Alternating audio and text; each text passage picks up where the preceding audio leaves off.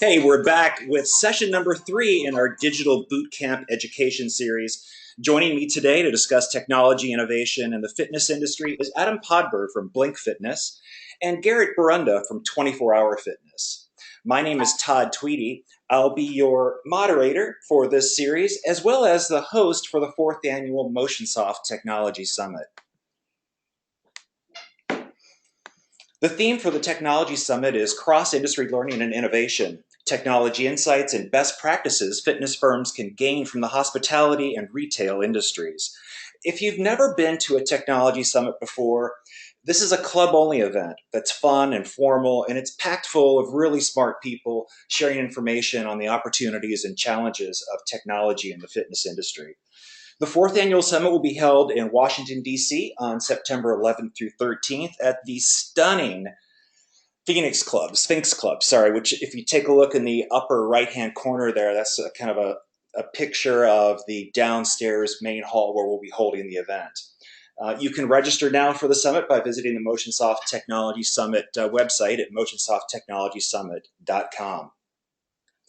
Our webinar series is brought to you by Club Industry, the leader and the most trusted source for fitness information. You can visit Club Industry by visiting clubindustry.com or the Club Industry Show, which will be in Chicago from the 4th through the 6th at clubindustryshow.com. I have 2 upcoming boot camps I want to share. The first is with Dr. Paul Bedford on March 15th. That'll also be at 2 o'clock Eastern. We'll be focusing on retention, a very popular session, and it usually sells out. And Clark Langman, who joined us at the Motionsoft Technology Summit back in Baltimore last year, and he's going to focus again on medical wellness. I'll have invites for you so that you can register for those upcoming events. If you're going to be at IRSA, I hope you can join us on March 9th at 2 p.m. This is going to be Thursday. We don't have a room assignment yet, but Sport and Health, our friends from Blink and Fitness Connection will be joining us to talk about implementation, kind of a precursor event to the Tech Summit as well too. And I hope if you're going to be at IRSA, you can also stop by. We'll be at booth number 2201. Let me take just a second just to make sure everyone's familiar with the control panel and the question interface. If you could, go ahead and click on that questions tab. And if you could just type IRSA 2017, just to make sure everybody's got a feel for how to use that interface. Awesome, thank you very much. I think we've got that all in hand. If you can't find your control panel, look for that little orange clover that's in your taskbar. Click it and it'll pop open the menu so you can start using the interface. And even though your microphones are muted, you will be able to ask questions of the presenters here later in the session. Thanks, Jeff, appreciate that. And of course, if you want to share this session with colleagues, we will be recording even though your microphones are muted, and we'll be able to send out this session here probably later today. All right, so I just want to make sure everyone's good to go with the control panel. And also just want to let you know that you have the ability to submit the questions. We'll get going to that. Thank you, Karen. I appreciate your question as well, too. We'll get our Q&A session kicked off here shortly. And now I want to just kind of shift gears here and bring you our boot camp leaders, Adam Podber with Blink and Garrett Borunda. Garrett, if you've attended the Motionsoft Technology Summit last year, he spoke on our technology strategies session, really interesting session. And I think we're going to repeat that again this year as well, too. So let me kick it off here. I'm going to have Adam, if you wouldn't mind, start things off for us. Sure. Good morning. Good morning, everyone on the webinar. Thanks for joining. Todd, seriously, thanks again for having me. And Garrett, good to talk to you again. Actually, after a while back, we did meet at the last Motionsoft Technology Summit. Prior to getting into what we're going to talk about today, I'd like to just first start with saying that the Motionsoft Technology Summit is actually a really interesting event as compared to so many other boring things you wind up going to. This one I took away a solid amount of information from, so I really do recommend that you guys join, come, and then we'll see you in September. So interestingly enough, this problem that people are having developing member-facing technologies is not one that is only a problem for small companies or large companies or medium-sized companies. This is a problem that spans beyond fitness, right? So I think that most of my expertise in fitness surrounds a 3-year period, but prior to that, my expertise was in e-commerce and service-related industries in retail. So I kind of wanted to just preface the whole conversation with that I am not going to tell you here what technology that you should use in your gym for your members. That's for you to figure out. That's for me to figure out. And frankly, I don't think anyone's fully cracked the code yet. So the problem, the world, just go back one if you could, Todd, sorry.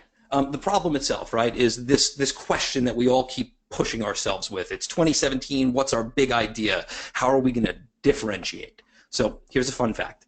Most gym operators are still trying to find that big idea that's going to propel that member experience. Also another fun fact, not many, if any, at least from those anecdotally I've spoken to, have actually found it. So Todd, go ahead. Sorry about that, actually.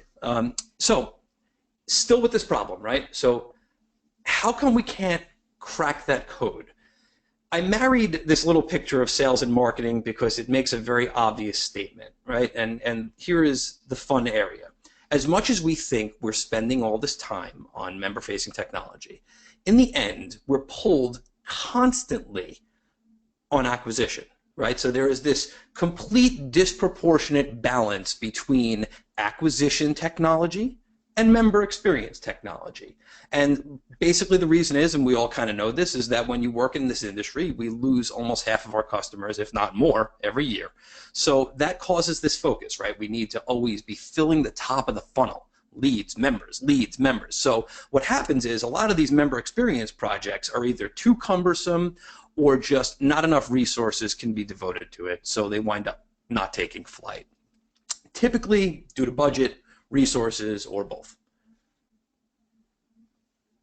If you could, Todd. Sorry. So let's continue with this question, right? If we still have a problem, you can ask yourself, if I'm not coming up with a big idea, what am I trying to do, right? So you're still trying to crack that code. Of course you're trying to crack the code. But I just don't think any of us, and that is myself included, are going about it in the correct fashion, right? So the reason why I know this is because we've had a bunch of actual failures in member experience ideas, and along with great successes in acquisition. So truth be told, when I get to partner with my marketing team or operations teams and come up with a technology that enables ideas for getting leads and members, we wind up in these brainstorming sessions, and there are literally Post-it notes and cards and connectors everywhere. And in the end, we come up with a pile of ideas. Some of them are great backlog ideas that'll never happen. Some of them are just change a single word on a lead form that we do, and some of them are brand new ideas. The growing trend is that none of them are big ideas. So in the acquisition world, we come up with 15, 20, 25 great little ideas that'll help us achieve that EBITDA target for the year, right? So I asked this question to all of you on the phone today. Why aren't we tackling the member experience the exact same way that we tackle acquisition? Instead of searching for that giant idea, why aren't we searching for the little things that we can do to understand and direct us as we grow member experience and technology? If you could, Todd. So, solving for X. I'm giving you guys a really simple instruction sheet that I give my team, my development team, my product team every day. Here's the order. Follow these steps, right? So think of all of the cool connected stuff for your gym. I don't care if it's beacons, connected cardio. Talk to that new vendor that you met at the trade show and have them dazzle you with the dumbbells that speak their reps and count their reps and know the difference between an up and down and a change in direction and all that. Then figure out that app of the many, many fitness apps that are out there. Figure out the one that's different than all other fitness apps. Then, when you're done with that, I want you to learn all these fancy buzzwords. Big data, CRM, augmented reality, virtual reality. Now you ready? Throw every one of them out. and go ask your members what they want or need. Not kidding. This is literally the answer that is, there is no answer. We don't have it. Our members have the answer. So why are we not spending a larger portion of our effort and resources asking a question rather than prescribing a solution? So if you can, Todd. So here's the biggest problem that we come up with, right? Everyone's got the same thing. Everyone's got the same, listen, we've all got, whether it's Matrix or Precor or Life Fitness, we've all got the same equipment. We've all toyed with or are implementing Wi-Fi in the gyms. Some of us have classes. Some of those classes are led by an instructor. Some of those classes are led by a computer. And some of those classes aren't even led. They're actually literally just stand there and do a bunch of maneuvers that I've got on a piece of paper. The thing is that we all do have the same thing, right? So my members told me what they want. Now, do I buy something that everyone has, or do I build something that's brand new and custom to me? I'm going to tell you the truth when it comes to Blink anyway. There's no real surefire answer. There is no point where we go, we should build this because we can make it different, or we should buy it. Here's some questions we could ask. How much will a custom something cost over buying something off the shelf, right? What's its lifespan, and what kind of technical debt does it cost me? So for those of you who are not technologists on the phone, what operators and marketers tend to forget to think about typically is that even though you're buying a piece of technology now that costs, let's say, $1 million, there's a technical debt that could cost you equal to or greater than that over the years, even if you're not evolving the product. And the reality is, in 2017, your customer wants you to be constantly evolving the product.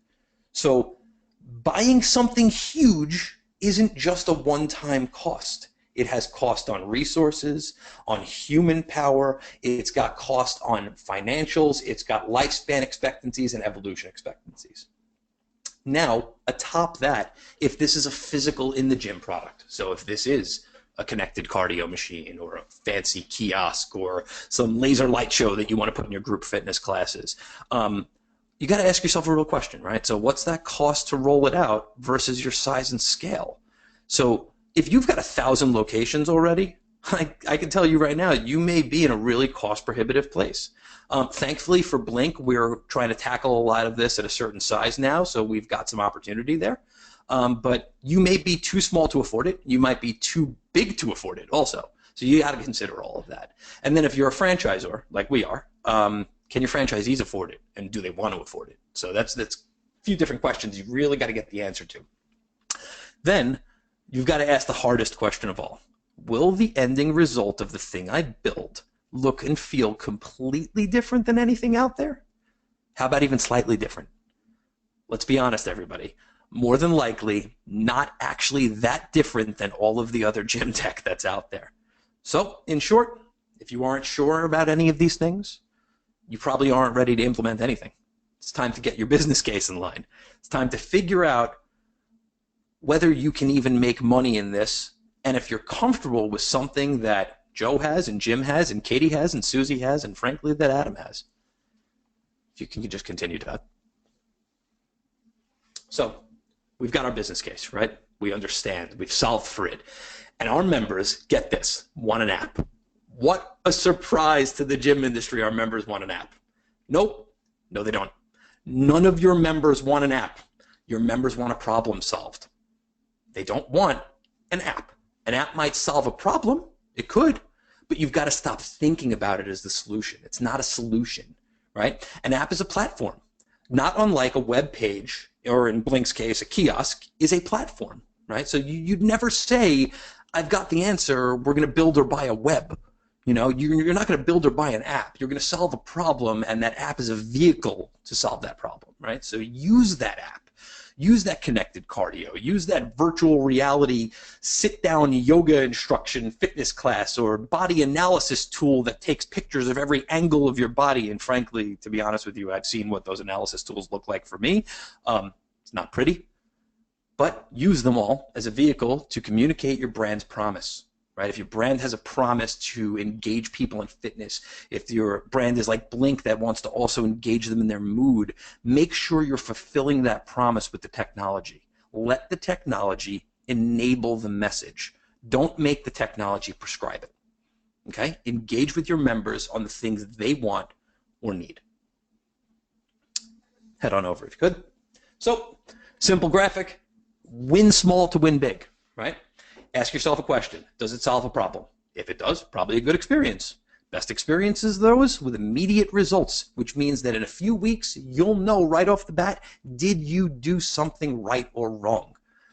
Then make sure your field can actually train these people and make sure they understand how to sell that technology. And I don't mean sell it as in like an option add-on for their membership.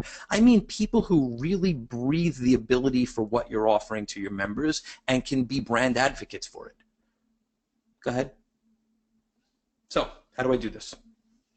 How does it connect to everything else you stand for, right? So if you use that as a filter, does it speak to your members' needs? Will it keep them longer and guide them to the other things you sell? You may be one of the gyms out there that has 100 different ancillary offerings. You may be one of those gyms that has one ancillary offering or even none. You've got to ask yourself if all of these member technologies are cohesive. Are they touching your retail? Are they touching your personal training? Are they touching your group fitness? Does my field like it? Do they want to promote it? If they don't pass the test, they'll never sell it to anybody else. Will my members care about it in 6 months? That's probably the biggest thing today. We are dealing with a generation of millennials, people. That is what we've got. We've got people of all different age groups, but we have this new one that came in that is so non-committal and so aloof to all of it that they don't really consider an app still an app in 6 months if it doesn't look completely different. They don't consider a piece of connected cardio fresh unless it does something new every 3 weeks. So you've got to think of how you can do that within your budget. This is my biggest recommendation ever. And this is something that, I'll be honest with you, even as an old dog like myself, took me some time to truly understand. Most of us have this thought that we have a project, we've got a bucket of money for it, and we want it all done and looking polished, perfect, and pretty so that our customers can see it, and then we're going to put a date on it. Now, we might hit the date, we might not hit the date, we might have spent so much money to hit the date that we never see an ROI. Iterate, iterate, iterate. You don't need to pay for it all at once. You don't need to have it all working on day zero. Make sure you get that minimum viable product. So if you're making an app and that app has 10 features, make that app as a shell, make the most important feature that you score it by talking to those members and test it. Get it out there, make sure you have analytics on it, and test it. Simple theory. Did it work? If so, build more of it. If it didn't, don't freak out. It's okay. If you know what you can change and you know it'll make a change for the positive, change it. If you don't know, don't even fear completely changing course. It's okay to scrap an app. It's okay to scrap beacons, or it's okay to scrap a self-check-in group exercise studio. It's okay, because worse than that would be not changing it, right? So not changing it and then never getting the output from it just becomes an archaic piece of something that's sitting in front of your members or in your physical location. If you could, Todd. So how do I gauge my success, right? Wait, my sales went up. This is the best part of the whole thing, right? So the best measures might not actually be adoption. They might not be clicks or engagement with an app or people logging into a body composition monitor in your gym. It might not even be continued use or penetration into the ancillary revenue. Your best measure might actually be acquisition. We've come full circle. Why? Because if you buy it and make it a part of your brand, they will come. Legitimately. If the product you build is thoughtful, if it's cohesive, and it solves a real problem, then you've got a recipe for success that's more than likely going to be a tool for acquiring all those new members we forever need. So now you've freed up more time for member experience, because member experience can drive acquisition. Listen, let's be real. I don't care if that problem is, how do I find the bathroom? That might be a real problem in your gym. If it is, solve it. Give them beacons and wayfinding on that app. It may not be, I want to track my workouts and know every calorie I found. Um, it, People care about that, but there are probably a ton more people who care about how they can best navigate your gym. These are not sexy problems. These are real problems, and real problems that happen from surveying those members in the beginning. So, make the technology deliverable focused on your member. You're never going to hear that the other guys down the street have the same thing if you keep focusing on your member and delivering it with your brand promise, because you can all buy the same app, you could all buy the same equipment, but the way you articulate it and the way you get it in front of your people is going to be the secret sauce. If you could. All right, so in the end, Todd, I'm going to pass it back to you. Thank you all for giving me some time today, and thank you all for letting me rant on, and pass it off. Thanks. Awesome. Hey, thank you, Adam. And attendees, you can use the question module inside of the control panel to pose your questions now. We're going to transition, and we're going to have Garrett, if you can hear me okay. I can hear you. Can you hear me? I can hear you fine. Thank you so much for joining us today. Attendees, please welcome Garrett Borunda, who's the Director of Member Technologies at 24 Hour Fitness.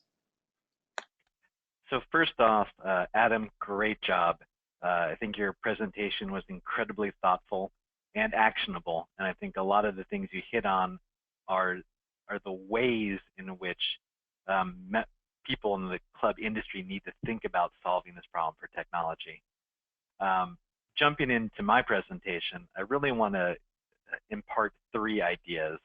The first part is basically that there's a lot of change, and it's going to keep on coming, and it is massive and overwhelming, and you got to be ready for it. The second thing I want to talk about is the technology really is a means to an end, and the technology that you put in place needs to either make you more efficient or it has to make a difference to your members. And then the third thing is that the solutions that you choose have to make sense for your business and for what you're trying to achieve. So those are 3 general ideas that I really want to impart to everyone. The first slide that I have up here is the Torrid evolution of technology. And I wanted to put this up there because, again, technology is changing so vastly and so quickly that you really need to try to wrap your mind around how incredible this change is. So I chose kind of a comparison, the 90s versus today, and just a few different technology areas. And the reason I chose the 90s is because the 90s is when I started my career in high tech at Apple Computer, and it really was kind of my baptism into technology. And Apple was such a great place, and we were so advanced, we thought then, and we had no idea what was coming. So when I talk about storage space and megabytes versus terabytes, I want you to think about the difference between a dozen eggs. So essentially, when I had I think it was a Duo 1800 when I worked at Apple, at 80 megabytes of storage. And now, the drive that I have here on my desk is 2 terabytes. So the difference between that is literally 1 dozen eggs versus 50,000 dozen eggs. When you talk about processor speed, I picked up the 2 most common Intel ones, the Intel Pentium 1, which really was a game changer, versus I think the most common consumer processor, the Intel quad-core i7. And the amount of speed, I want you to think about saying the Gettysburg Address. So if you say the Gettysburg Address back in the 1990s, in the same amount of time that you could say the Gettysburg Address, I can now recite the entire Constitution 3 times. Just incredible processing power and the ability to execute instructions and to make sense of all the data that's coming in and make it actionable.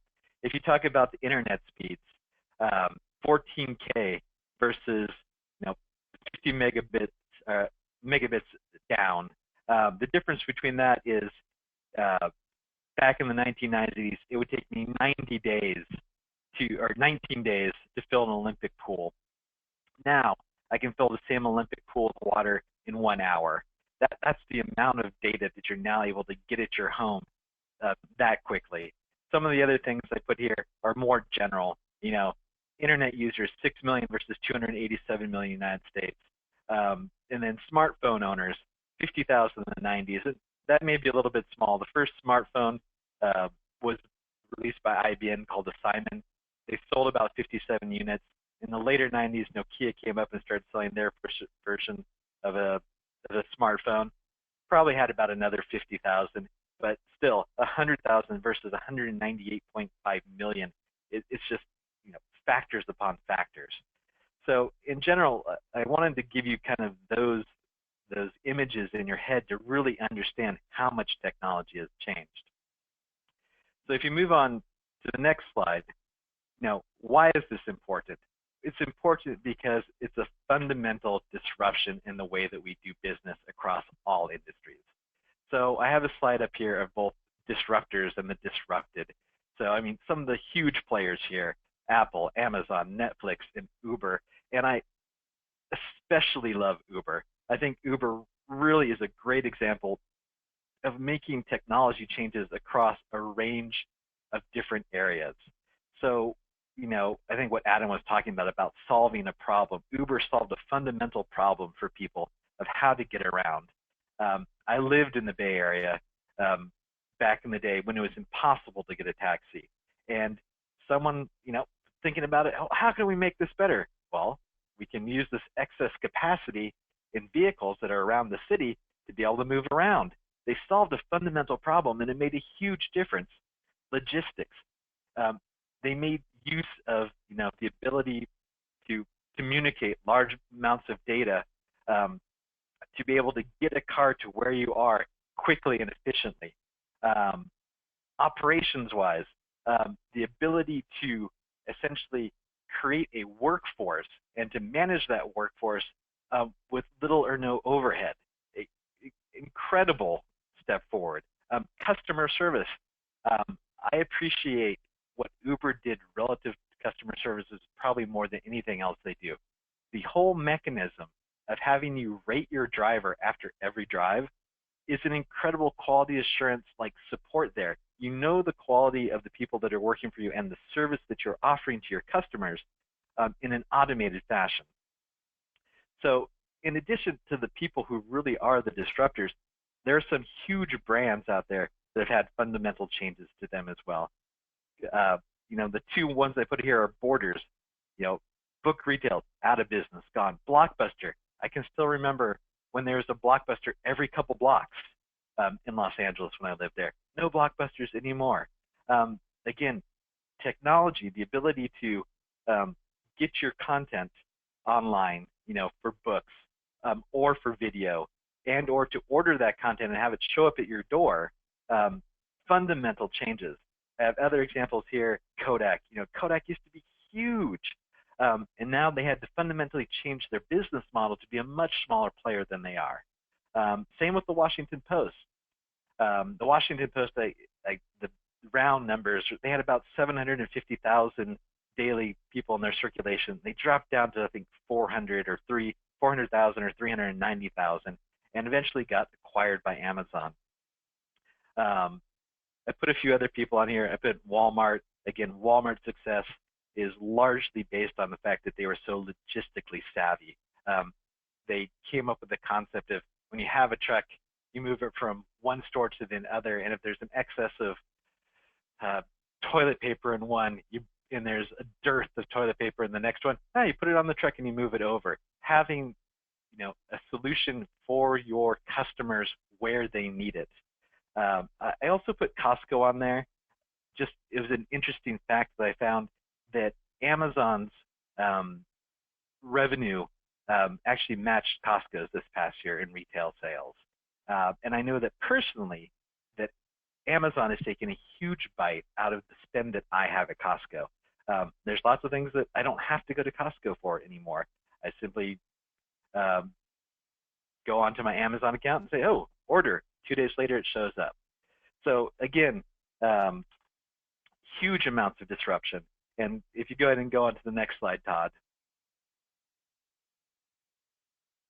So not only is there disruption now, but the disruption, is just starting. And so the slide that I have up here now talks about the level of penetration by industry of digital.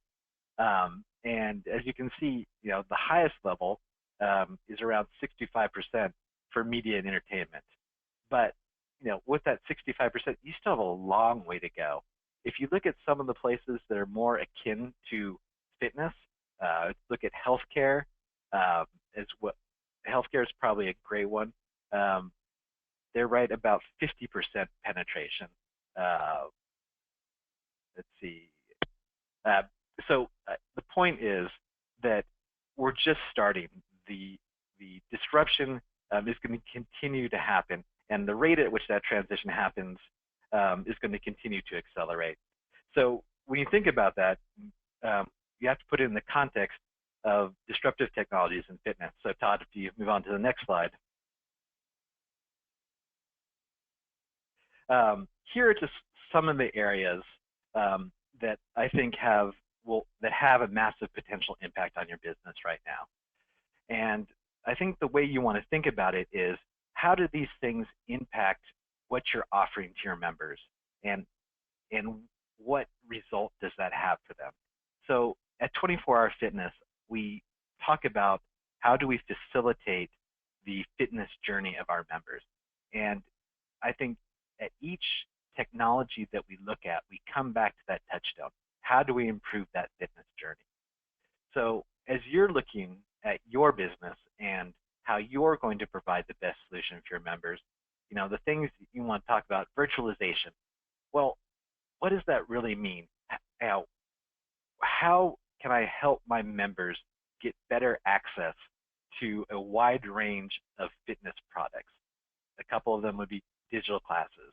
Rather than having an instructor there, or being able to provide an instructor at times that you can't have an instructor there. A fundamental change in the way that you can help your members continue on their fitness journey.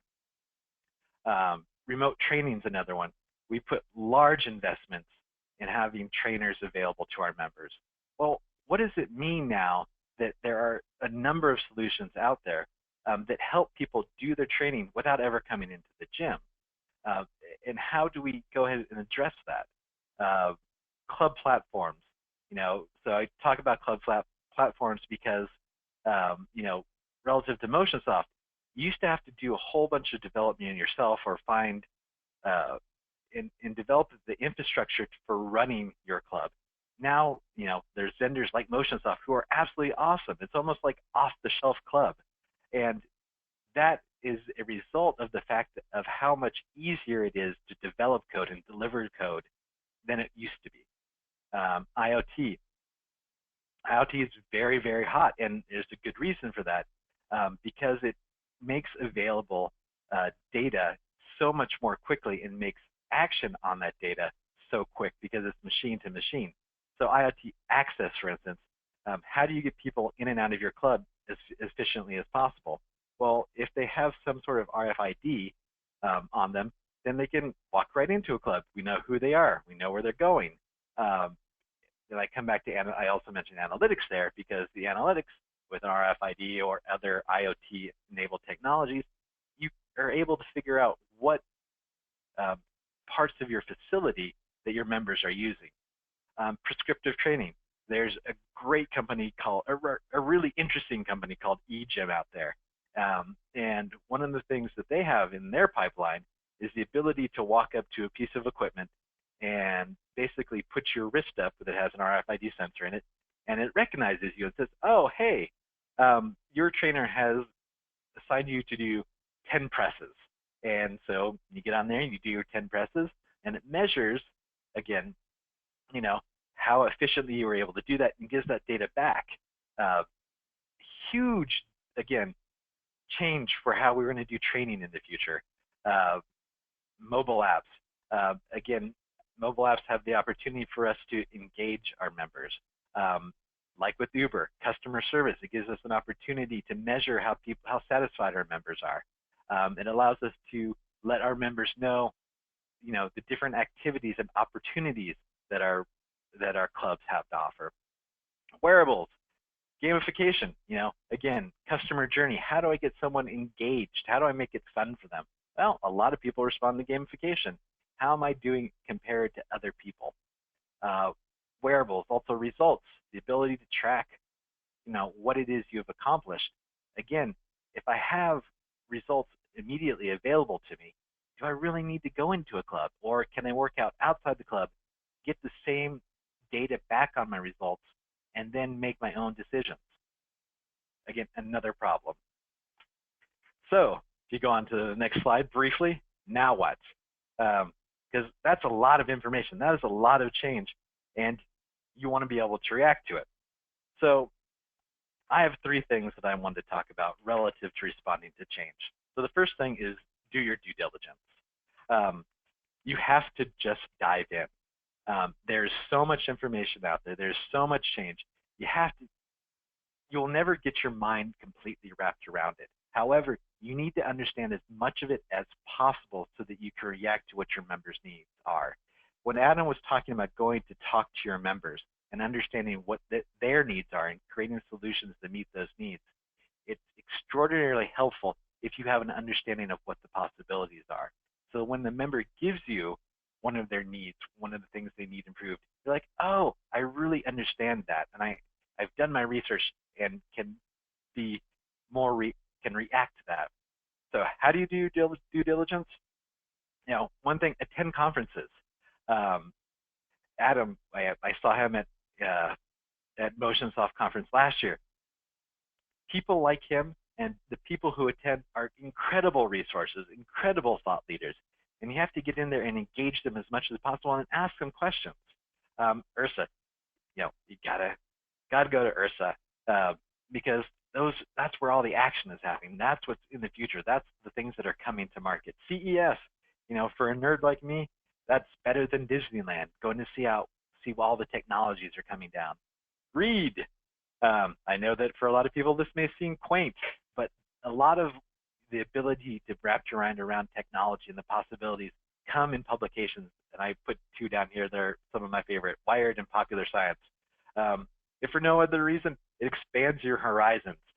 But again, it will help you engage your customers. It will help you get your mind around what your strategy relative to technology is going to be. Subscribe. There are companies out there who aggregate information. And given the amount of information out there, it's very hard really to understand how things fit together. Companies like Gartner, like McKinsey Quarterly, they help you wrap your mind around those. They help you, fill the buckets and understand what things that you can take a look at and what can be actionable. The 2 slides that I pulled that are in my presentation today are both from McKinsey Quarterly. Finally, immerse. When I talk about immerse, do what your members are doing. Go and buy the latest wearable. Go download, a few different apps and try it. Experience the problems, experience the challenges, frustrations, and joys that your members are going to experience. And it helps you put yourself, again, in their shoes so you can look at the things that are coming. All right, Todd, next. Looks like we skipped a few.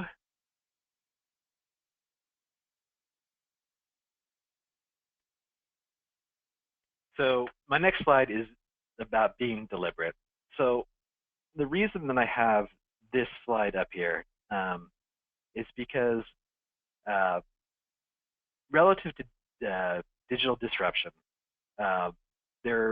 this graph basically shows the responses from 21,000 CIOs, CFOs, other executives about what the return on investment is relative to their digital investment.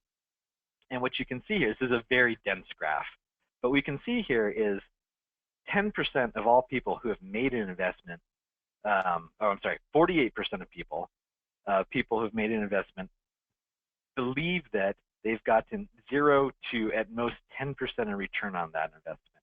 In some industries, as many as 38% of people believe they've got absolutely no return on their investment.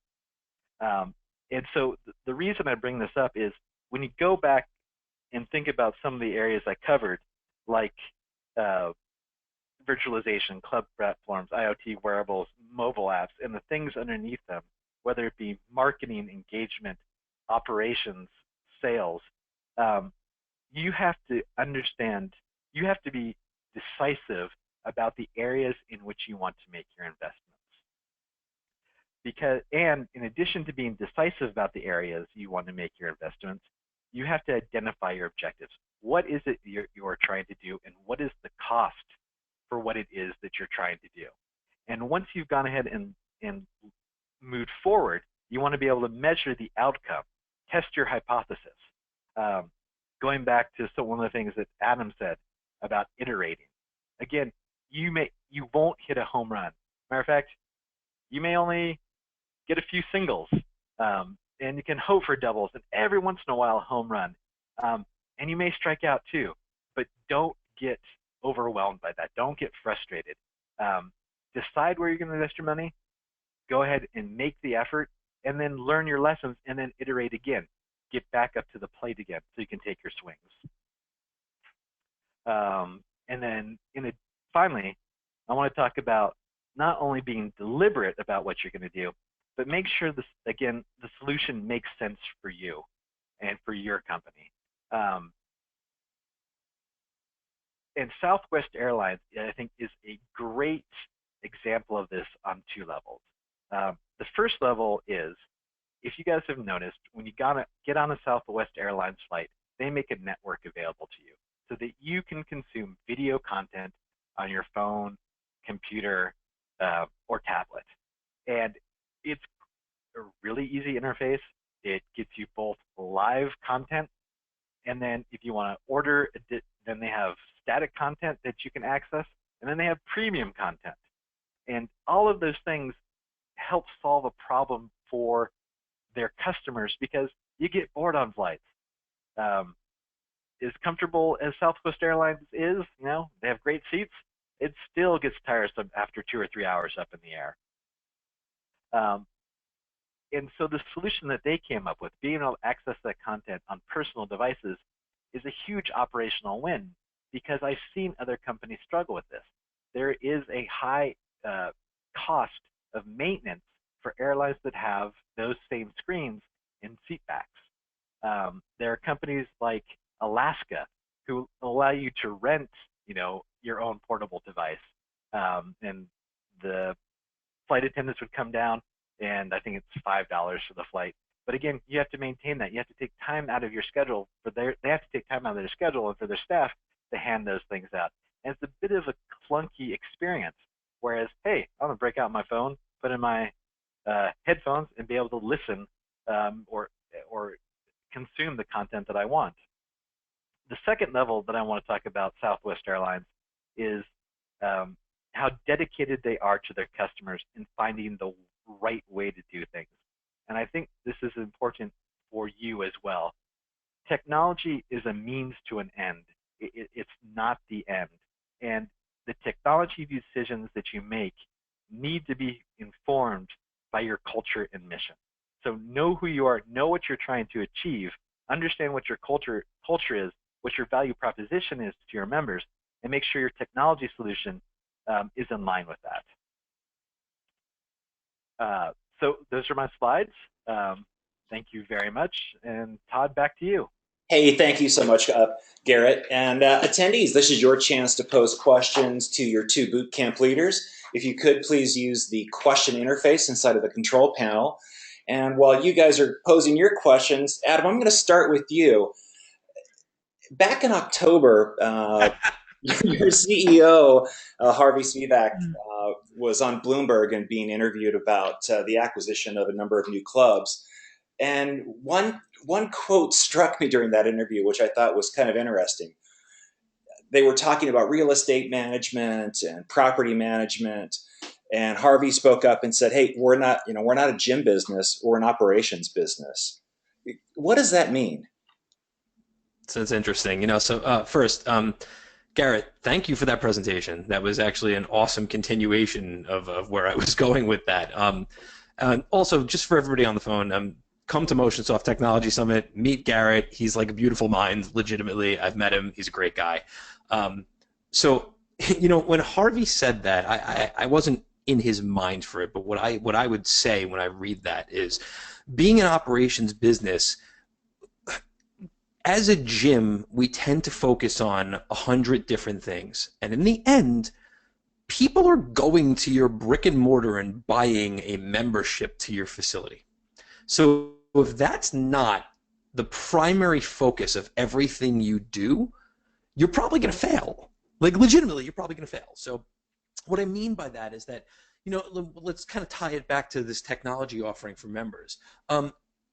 If your members are inundated by a clunky experience, you know what I mean, like Garrett's example of Alaska Airlines, then it's actually going to be worse for you operating that business, dealing with customer service issues, than it would be if you did nothing at all.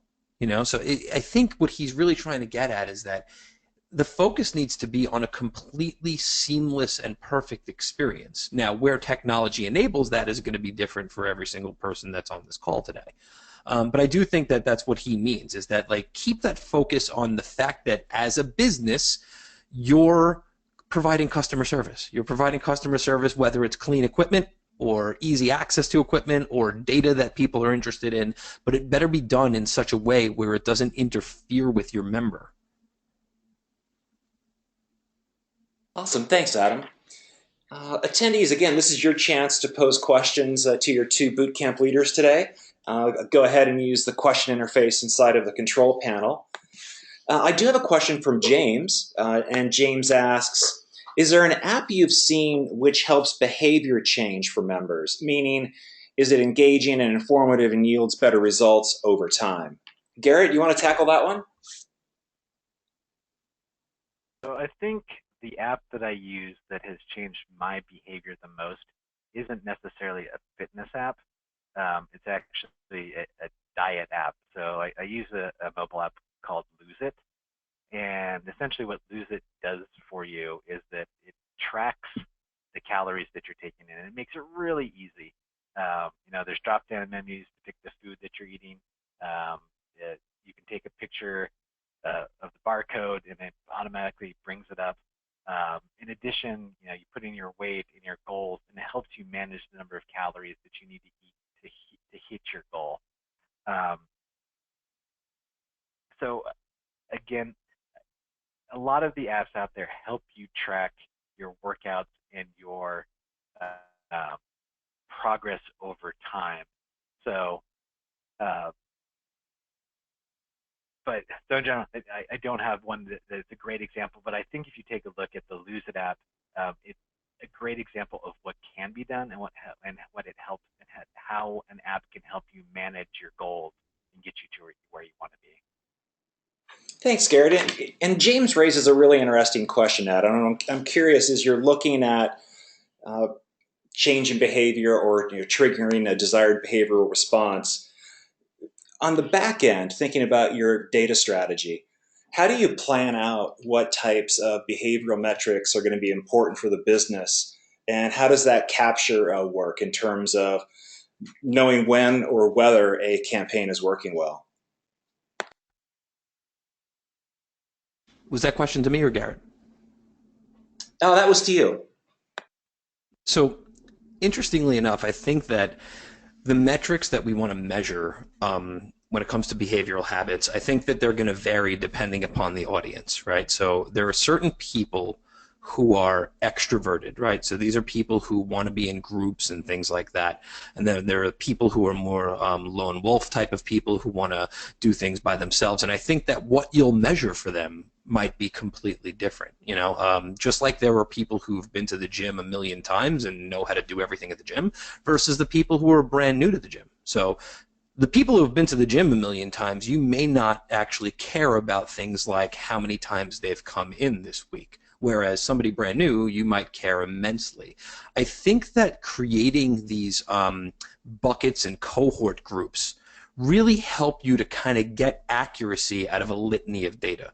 The biggest problem with analytics is sometimes if you do too much analytics, you wind up with a completely incorrect result because you haven't segmented it first. I think that what I would say is, as a recommendation, is look at it all, but make sure you create the lens of the type of member that you're looking at first, right? So it's like, it's very important to know that difference between the avid gym goer and the person who's just started going to the gym. That person who cares about being around other people or in social situations, and that person who just wants to go in, do their workout, and leave. The type of behaviors that are universal, I would say, are things like member experience survey data, right? I mean, that's like, regardless, there's going to be some people there who are promoters and detractors. NPS is always a good one, but the reality is that that's a bit too simplified for our industry, if you ask me. I think that depending upon what tech product you wind up offering your member, will guide you towards what behaviors you want to change. You know, Garrett mentioned this this Lose It app. For me, I went in a bit of a different direction. So given the slide that's on the screen, I'd like to personally thank Todd Tweedy for literally showing the least attractive picture possibly of me. But as you'll notice, I'm not a fitness buff, right? I'm definitely not one of those human beings who's like really, really into working out.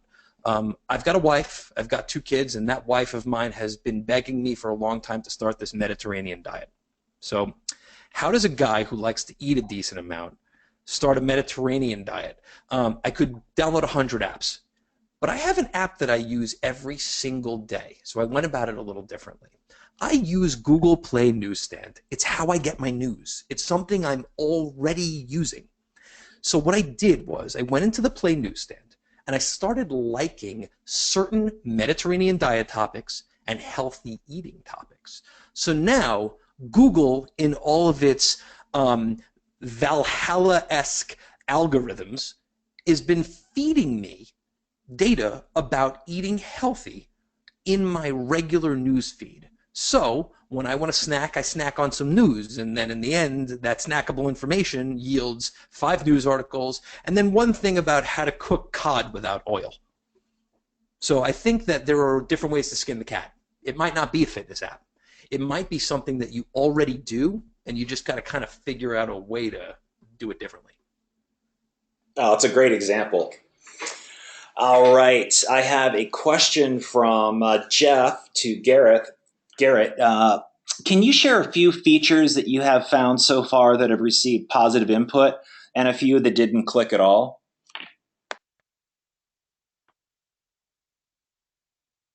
So I think, yes, I can. So if we go to the My24 app, which is the one that we released, I think, in the early fall last year, we actually are getting really positive feedback back on 2 of them.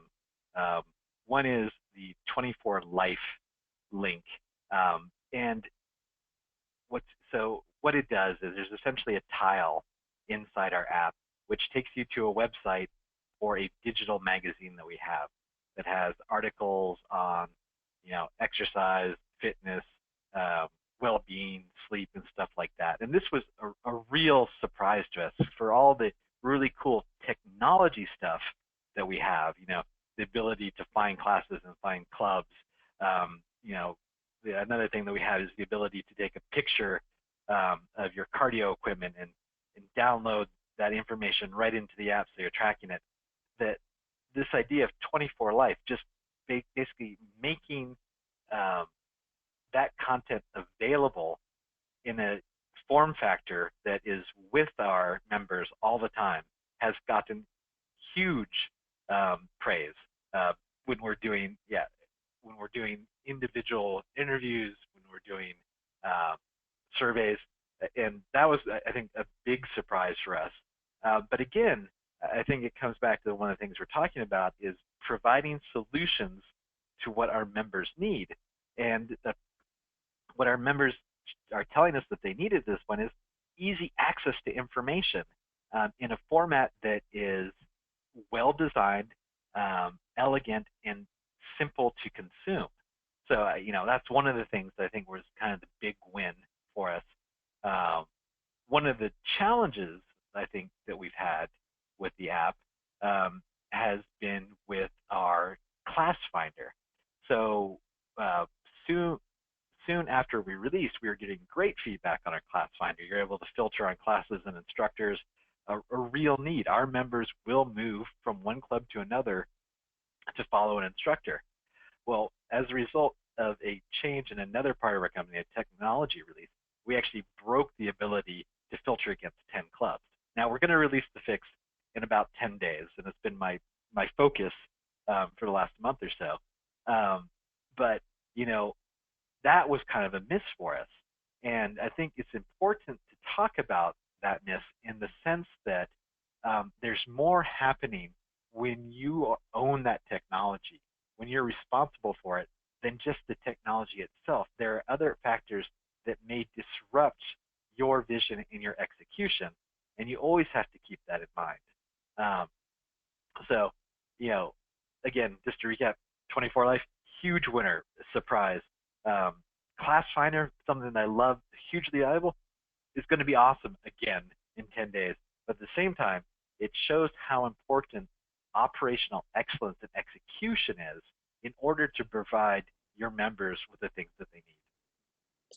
Awesome, thanks, Garrett. Changing gears here just a little bit, but you know, kind of in line with our theme for the 4th annual Motionsoft Technology Summit, and that is cross-industry learning, and specifically hospitality and retail insights. The question's from Kaylin, and Kaylin asks, how do you view third-party consumer technology when designing your own gym's technology strategy? Embrace or compete? Adam, do you want to take that one? Sure. So, first, hi, Kaylin. How are you? I'd like to just say I don't think that there is an embrace or compete. I actually don't believe that there's such a black and white line anymore with that. I think that we've learned this now over the last couple of years. Truth be told, Blink does not have a consumer app.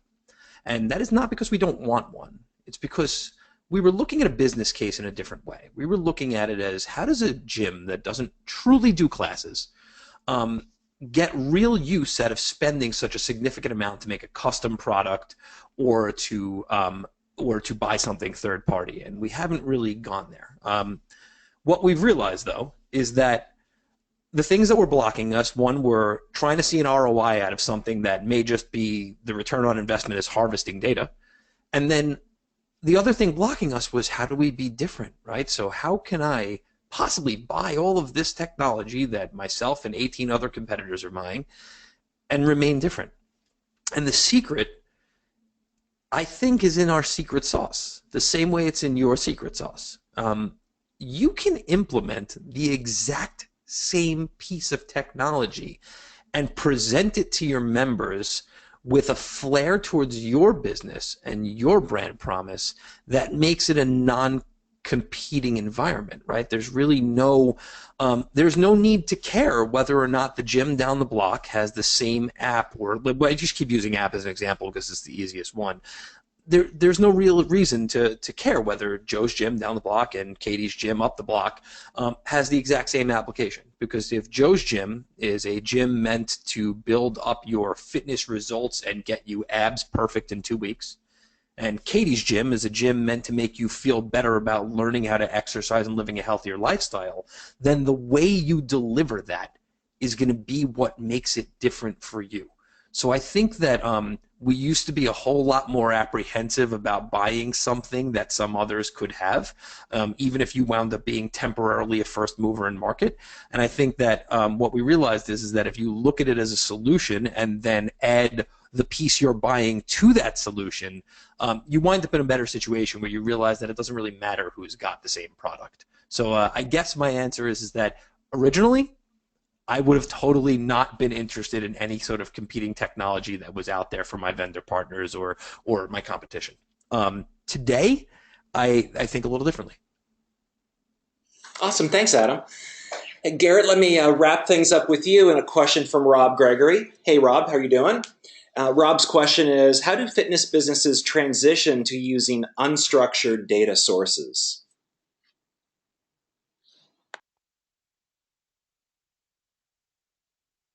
I'm pondering that question. So I think actually I may reach back out to Adam for help on this one.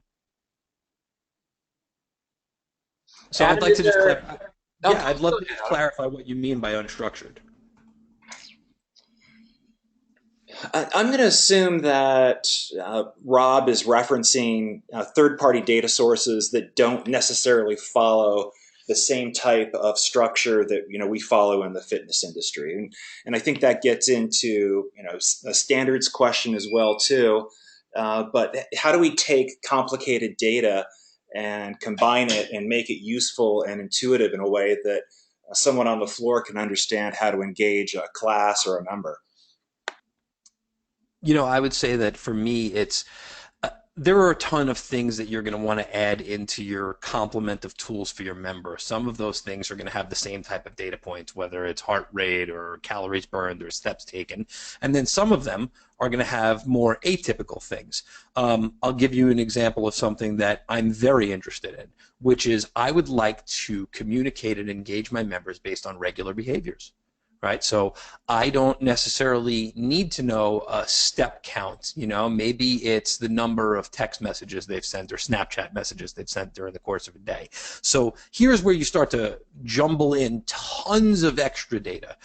My only recommendation would be is to find the lowest common denominator that you feel is going to make a difference. Start with a single mapping. Take one single data point from a third-party source, not all of them, not 10 of them, and just take it, use it, and then make sure that you're engaging based on it. So if Garrett was in my gym and Garrett walked out of my gym and then walked an additional 3,000 steps and sent 10 text messages, maybe I just say to Garrett, hey, congratulations, those thumbs got to be getting a good workout today. I don't need to know 100 different things that Garrett did in order to be effective at what I'm looking at. I hope that somewhat answers your question. Awesome, So thanks, let Adam. me add Oh, on go to ahead. that just real quick, Todd. So I think the lessons that we learn from data often come from digging one level deeper. It's not just the data, but it's the narrative behind the data. There's a great book. If you haven't read it, you should go out and get it, called Decisive. It's by Chip and Dan Heath, and it's about how we make decisions, including how we use data to make those decisions. And they do have one story in it about fitness where they were tracking people's workouts, average number of workouts, and they found these kind of lifts where why did these people start working out all of a sudden and so consistently, and why is it in this one time of day? And I think the time of day was 11 to 2 p.m. And when they reached out to these members and asked them, why are you working out all of a sudden, and why so consistently? It was because they were working out over their lunch hour, and they had been able to make changes in their schedule relative as so to facilitate the opportunity to go work out. And I think that's important as a bigger concept, is understanding why. Like, how can we, again, facilitate the fitness journey of our members? And say, in this case, it'd be, hey, if people can work out during their lunch hour, how do we make it easier? Do we make healthy snacks available at the gym? Do we make it easy to get it out in the gym and get dressed for work again, whatever that might be? So that was the other thing I think that's important about data and making actionable decisions, is understanding the why behind the what. And I think that's a great way to close off this session of the Digital Boot Camp, the why, not the what. And we'll be exploring Mediterranean diets with Adam Podber in our next session. Adam, I'm very excited that you'll be doing that webinar for us. It's going to be a monumental session, I'm sure. But in all seriousness, our thanks to Club Industry for sponsoring our webinar series. You can visit them at clubindustry.com. And don't forget about the Club Industry Show, which is October 4th through 6th in Chicago. You can register for the event at clubindustryshow.com. My thanks again to our session leaders today, Garrett and Adam. Just a fantastic presentation. I will hopefully see you guys at the Motionsoft Technology Summit, and you can register now. Have a great day, everybody. Thanks for joining us. Thanks, Todd.